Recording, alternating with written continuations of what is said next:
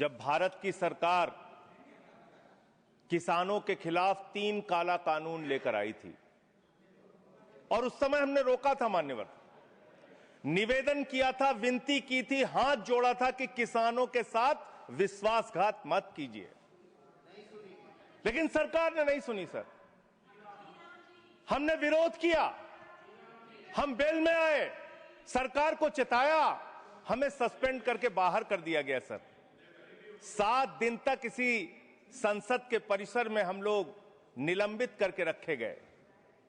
सरकार ने हमारी बात नहीं सुनी। 1.5 साल तक किसानों ने सड़क पे धरना दिया और 750 किसानों ने अपनी शहादत दी। संजय जी, उसके बाद बिल पर बोलिए। उसी पे बोल रहे हैं सर, इसी पे बोल रहे हैं, इसी पे बोल रहे हैं। इस देश का किसान, बोलिए, इस देश का मजदूर, इस देश का अन्नदाता। सर, आपका चेहरा आ रहा है, मेरा भाषण मेरा चल रहा है, चेहरा आपका आ रहा है। आपका इस देश का किसान, आपका आ रहा है, आपका आता है। इस देश का मजदूर, इस देश के करोड़ों लोग सड़कों पर उतरे, उनको खालिस्तानी कहा गया, पाकिस्तानी कहा गया, गोलियां चलाई गई, लाठियां चलाई गई, बड़े बड़े कील गाड़ दिए गए सड़कों पे। और 1.5 साल के बाद प्रधानमंत्री जी एक दिन प्रकट होते हैं, कहते हैं मेरी तपस्या में कमी हो गई, हम कानून वापस ले रहे हैं।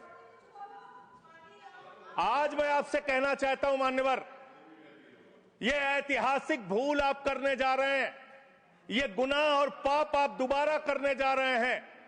और इस काले कानून को पास करने के बाद इस देश का मजदूर सड़कों पे उतरेगा, इस देश का किसान सड़कों पे उतरेगा, इस देश का आम आदमी सड़कों पे उतरेगा, जिसके पेट और पीठ दोनों पे आप छुरा मारने का काम कर रहे हैं।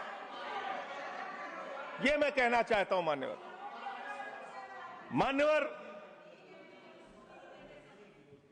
मान्यवर, यह बिल किस मंशा और उद्देश्य के तहत लाया गया है? इस बिल को आपने कह दिया जी राम जी बिल है, जी राम जी बिल है। भगवान श्री राम का नाम लेके कितना गुनाह आप अपना छिपाना चाहते हैं, कितना गुनाह छिपाना चाहते हैं? राष्ट्रपिता महात्मा गांधी से आपको क्या समस्या है मान्यवर? अरे वो राष्ट्रपिता महात्मा गांधी इतने महान है, इतने महान है, इतने महान है कि दुनिया के 80 देशों में उनकी प्रतिमा लगी हुई है मान्यवर, 80 देशों में। और जब G20 का सम्मेलन हुआ, दुनिया के तमाम राष्ट्राध्यक्ष आए, दुनिया के तमाम प्रधानमंत्री और राष्ट्रपति आए, तो भारत के प्रधानमंत्री को मजबूर होकर उसी राजघाट पर महात्मा गांधी के सामने सर झुकाना पड़ा। वो गोलवरकर की समाधि पे नहीं गए, गांधी की समाधि पे गए। वो गोडसे की समाधि पे नहीं गए, गांधी की समाधि पे गए। मान्यवर, राष्ट्रपिता महात्मा गांधी जो राम राज्य की कल्पना करते थे, राष्ट्रपिता महात्मा गांधी जो रघुपति राघव राजा राम का पाठ करते थे, राष्ट्रपिता महात्मा गांधी जो भगवान श्री राम के सच्चे भक्त थे। और याद रखिएगा मान्यवर, इस सरकार को आपके माध्यम से कहना चाहता हूं, भगवान को अपने भक्त से बहुत प्यार होता है। आज भगवान श्री राम आपको श्राप दे रहे होंगे कि तुम हमारे भक्त को अपमानित कर रहे हो, तुम अपने भक्त को, तुम हमारे भक्त को अपमानित कर रहे हो।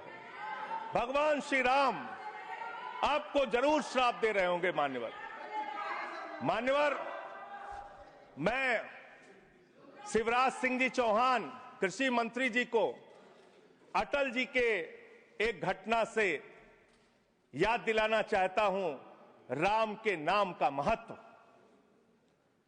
एक उनके प्रतिद्वंदी ने बयान दिया मान्यवर, राजनीतिक प्रतिद्वंदी ने, उस प्रतिद्वंदी ने कहा अगर अटल जी को पूजा करनी है तो मेरी पूजा क्यों नहीं करते, मेरे नाम में भी राम लिखा हुआ है। अटल जी ने उसको जवाब दिया, राम हमारे लिए मर्यादा के प्रतीक हैं, राम हमारे लिए आदर्श हैं, राम हमारे लिए आराध्य हैं, राम हमारे लिए देवतुल्य हैं। अरे राम वो हैं जो पिता का वचन निभाने के लिए 14 वर्ष तक वनवास में रहे। राम वो हैं जिसने लंका का नाश किया।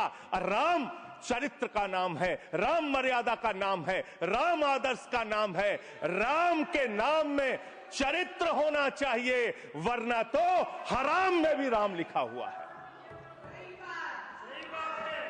वरना तो हराम में भी राम लिखा हुआ है। इसलिए राम का नाम लगा लेने मात्र से आपके गुनाह नहीं छिप जाएंगे।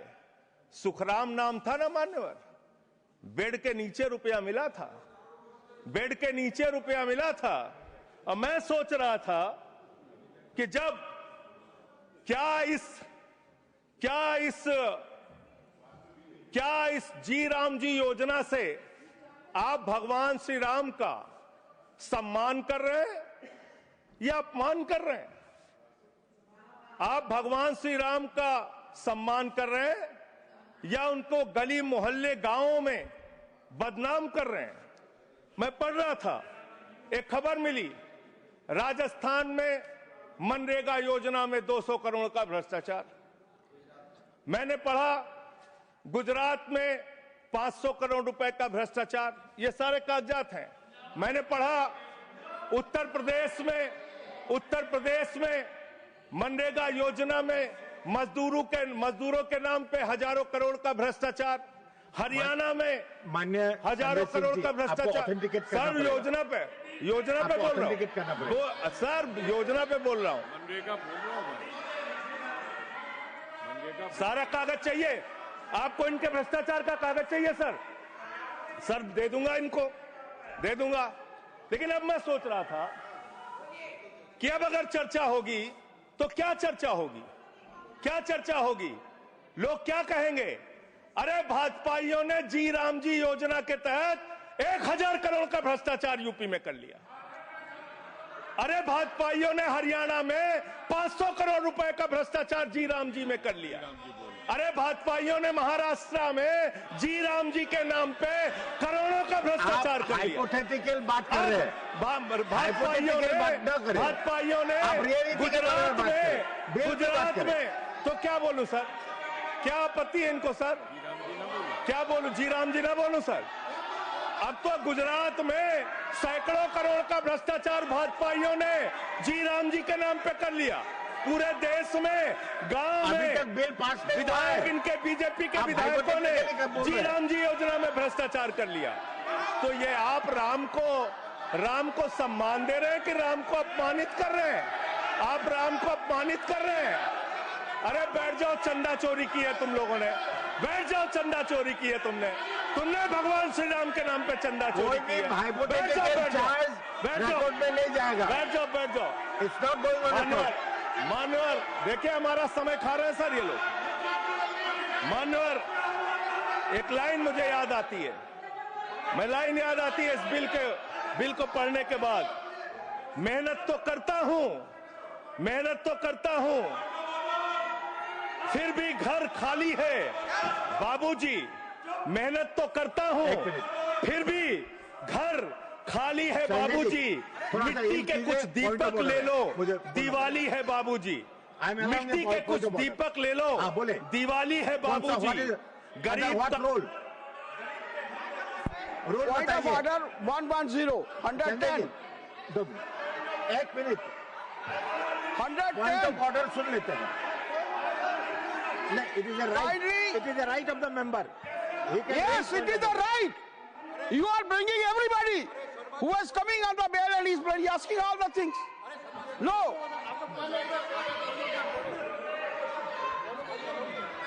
आप अंडर व्हाट रूल? अगर बिल की